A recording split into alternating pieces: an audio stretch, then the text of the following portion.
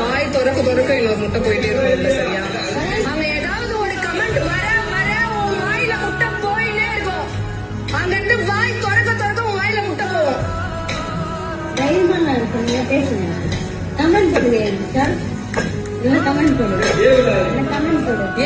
ஏன் முழுங்குற?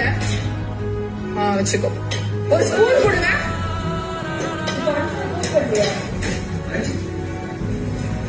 வாயில இருந்து ஒரு சத்தம் வர முட்டை போயிட்டே இருக்கும். ஐயோ இது கோவம் தானே?